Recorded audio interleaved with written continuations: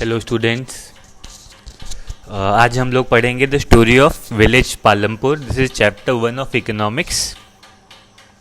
और इकोनॉमिक्स का ये पहला इंट्रोडक्शन है आप लोग का अभी तक के अपने स्कूल लाइफ में। तो क्लास 9 में हम लोग आपको इकोनॉमिक्स की शुरुआत करते हैं ताकि आप समझें कि व्हाट इज़ इकोनॉमिक्स और क्या बेसिक फंडामेंटल्स हैं। तो ये जो चैप्टर है आपका, ये सबसे बेसिक जो कॉन्सेप्ट्स हैं इकोनॉमिक्स के वो डिस्कस करने के लिए एक स्टोरी के रूप में बनाई गई है। So I hope all of you enjoy and understand the story. Overview पढ़ते हैं हम लोग। The purpose of the story is to introduce some basic concept relating to production and this we do through a story of a hypothetical village called Palampur. ठीक है, तो इस कहानी का पर्पज़ ये है कि हम आपको कुछ बेसिक कॉन्सेप्ट बताना चाहते हैं प्रोडक्शन के बारे में। ठीक है, और ये प्रोडक्शन क्या होता है और क्या कॉन्सेप्ट्स हैं, इसको हम लोग पालमपुर जो एक विलेज है, एक हाइपोथेटिकल का मतलब एक काल्पनिक विलेज है जो हमने अपने मन से गढ़ा है ताकि आपको कुछ कॉन्सेप्ट समझाया जाए। तो प्रोडक्शन क्या होता है स्टूडेंट्स? हम लोग जो भी चीज़ कंज्यूम करते हैं, हम लोग हर चीज़, हम लोग जितना भी चीज़ें अगर हम लोग देखें अपने आसपास बाज़ार में, मार्केट में, है ना, और ऑनलाइन भी, तो हम देखते हैं कि हर चीज़ें जो हैं वो हम कंज्यूम करते हैं, चाहे वो इंटरनेट हो, है ना, प्रोडक्ट हो या सर्विस हो। इंटरनेट जो है एक सर्विस है, टीवी एक सर्विस है, बिजली एक सर्विस है।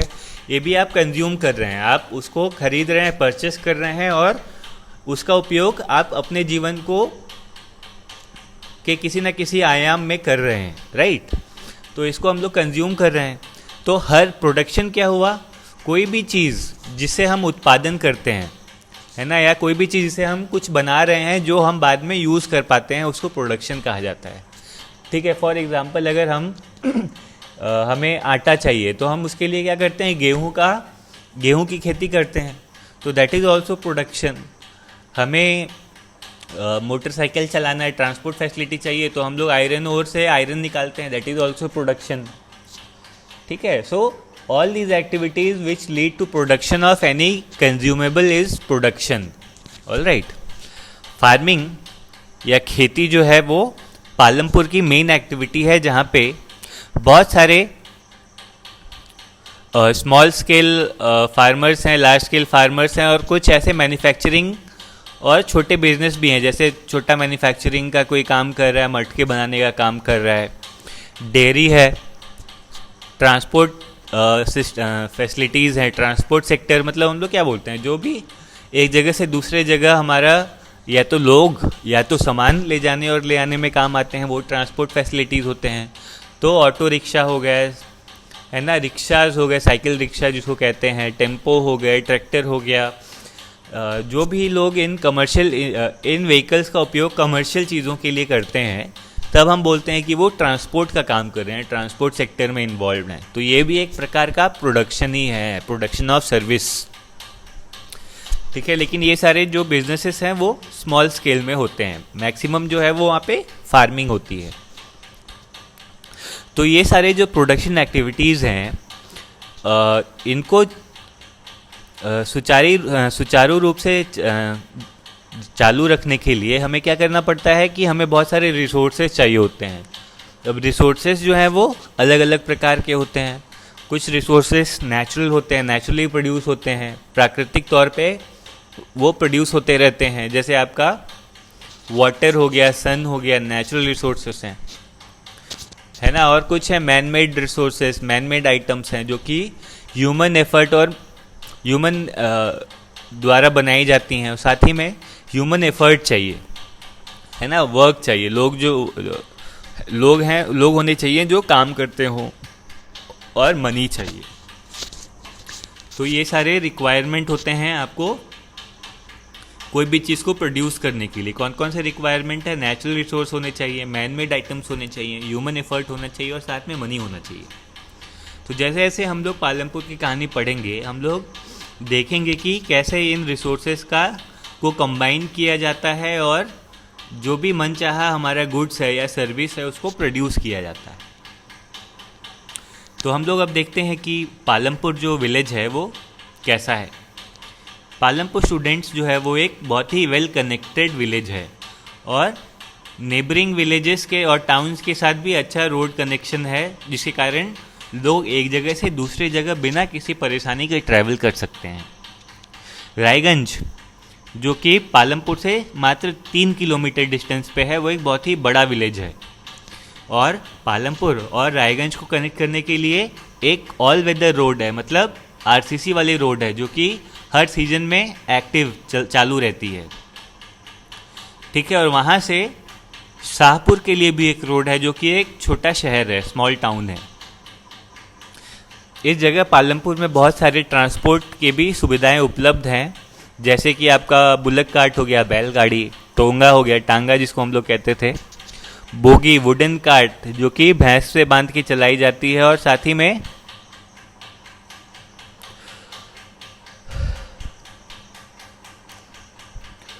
हम लोग देखते हैं कि मोटरसाइकिल्स, जीप्स, ट्रैक्टर्स और ट्रक्स भी चलते हैं इस रोड पे। ठीक है, तो बुलक कार्ट्स जो है वो बेसिकली जैगरी या गुड़ को ट्रांसपोर्ट करने के काम में आती है पालमपुर से रायगंज या शाहपुर की ओर।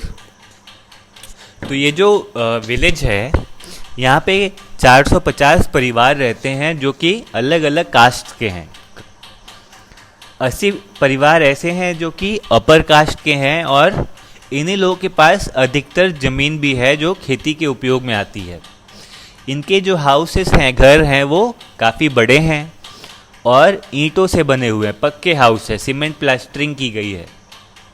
जो शेड्यूल कास्ट या जो दलित जनसंख्या है इस गांव में, वो लगभग 1/3 की आबादी रखती है और गांव के एक कोने में रहती है। और इनके जो घर हैं वो भी बहुत छोटे हैं और पक्के नहीं, कच्चे घर में रहते हैं ये लोग, जो कि स्ट्रॉ हो गया, पुआल और मिट्टी से बनाए गए घर हैं, झोपड़ियाँ हैं, या हम उन्हें ज़्यादा बेहतर तरीके से कहें तो। अधिकतर जो घर हैं वहाँ पे इलेक्ट्रिक कनेक्शन उपलब्ध है। बिजली जो है, बिजली की शक्ति से ही ये लोग ट्यूबवेल भी अपने खेतों में चलाते हैं और साथ ही में अपने छोटे बिजनेस में भी बिजली का उपयोग कर पाते हैं। पालमपुर में 2 प्राइमरी स्कूल्स हैं और एक हाई स्कूल है, और साथ ही में पालमपुर में एक प्राइमरी हेल्थ सेंटर भी है जो कि सरकार द्वारा चलाई जाती है, सरकारी हेल्थ सेंटर है। और साथ में एक प्राइवेट क्लिनिक भी है यहाँ पे जो कि बीमार मरीजों की चिकित्सा में उपयोग में आता है।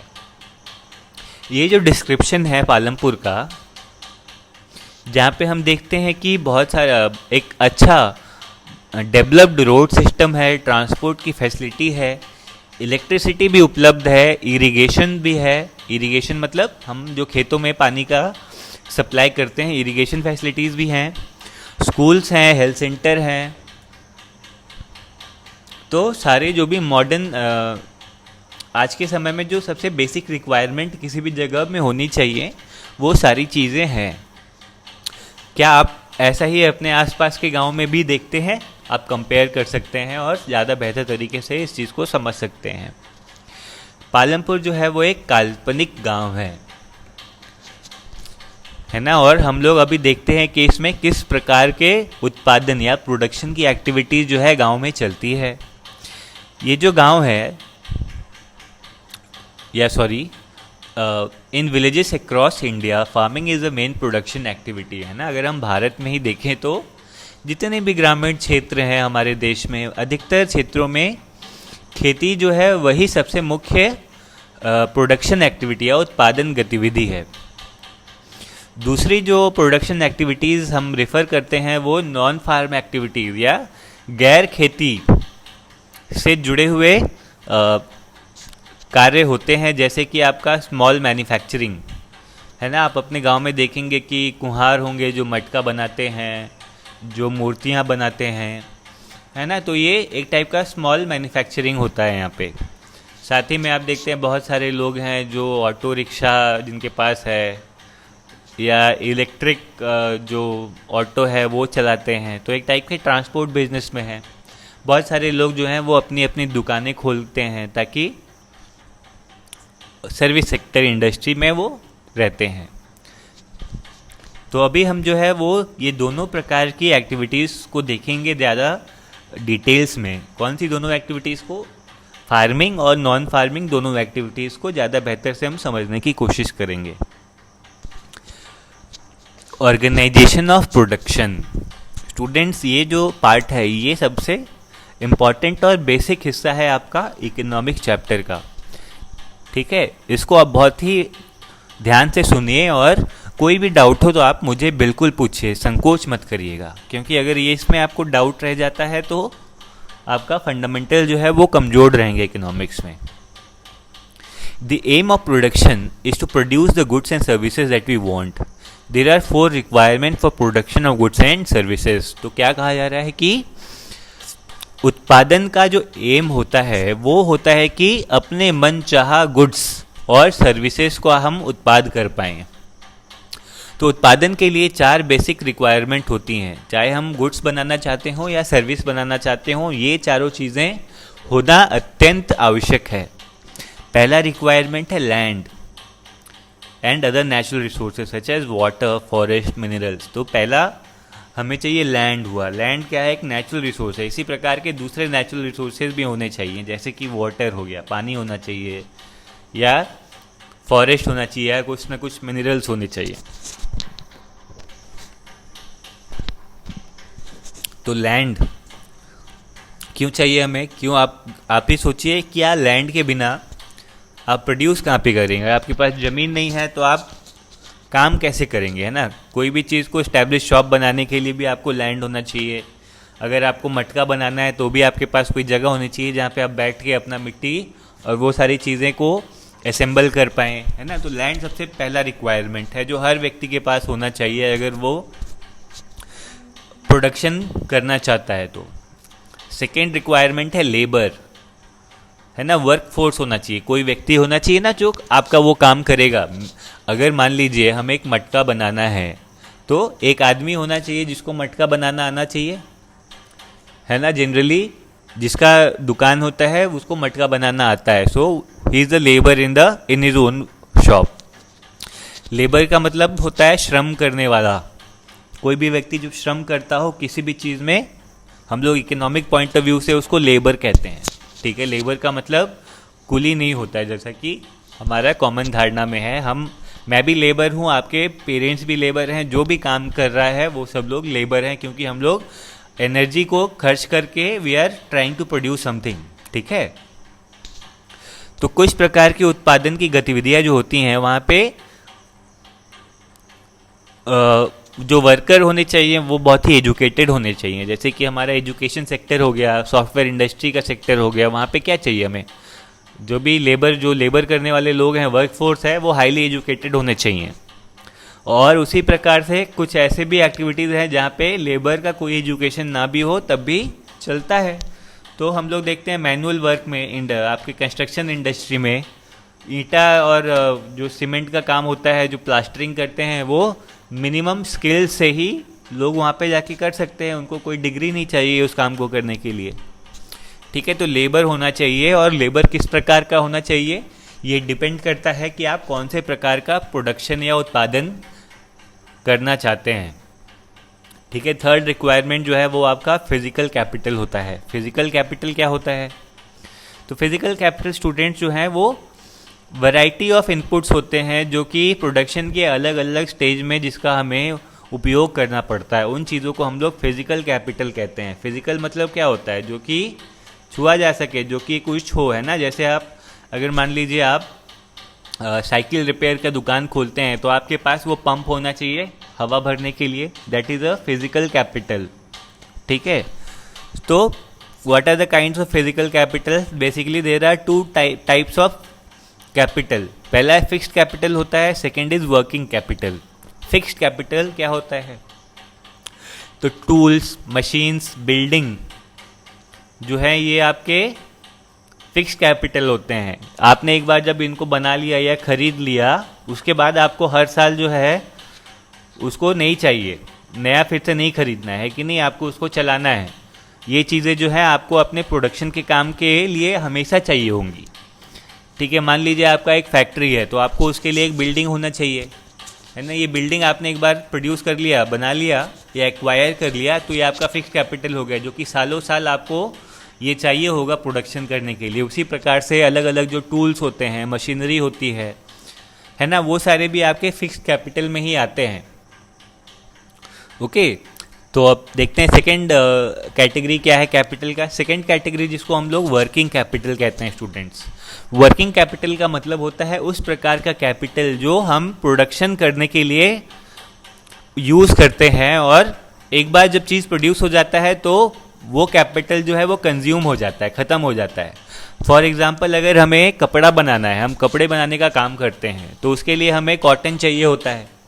कॉटन यहाँ पे रॉ मटेरियल है जो कि हमारा वर्किंग कैपिटल है। अगर कॉटन नहीं होगा तो हम कपड़ा नहीं बना पाएंगे, और एक बार कपड़ा बना लिया है तो हमारा कॉटन ख़त्म हो गया, तो फिर नए कपड़े बनाने के लिए हमको फिर नया कॉटन चाहिए, है ना। तो इस प्रकार के जो कैपिटल होते हैं उसको हम लोग वर्किंग कैपिटल कहते हैं, जो कि हमें प्रोडक्शन के एक गतिविधि को कंटिन्यू रखने के लिए रोज ही चाहिए होती हैं।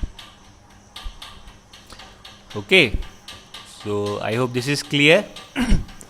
अब देखते हैं एक चौथा भी रिक्वायरमेंट होता है स्टूडेंट्स, है ना, और ये चौथा रिक्वायरमेंट होता है नॉलेज एंड एंटरप्राइज। नॉलेज और एंटरप्राइज क्या होता है?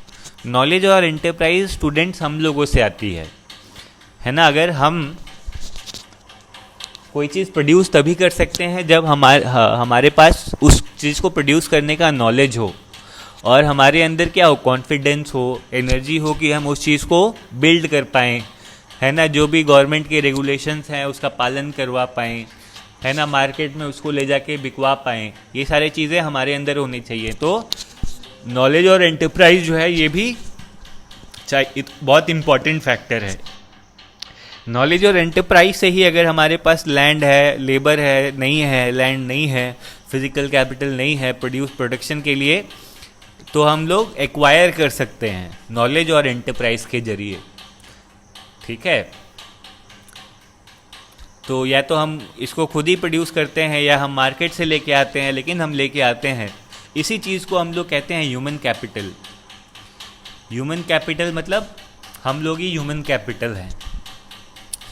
ह्यूमन कैपिटल के बारे में ज़्यादा डिटेल में हम लोग नेक्स्ट चैप्टर में पढ़ेंगे स्टूडेंट्स। तो 4 फैक्टर्स होते हैं, आप लोग इसको याद रखिएगा। Land, labour, capital. कैपिटल में 2 टाइप के कैपिटल होते हैं, फिक्स कैपिटल, वर्किंग कैपिटल, और चौथा फैक्टर होता है ह्यूमन कैपिटल।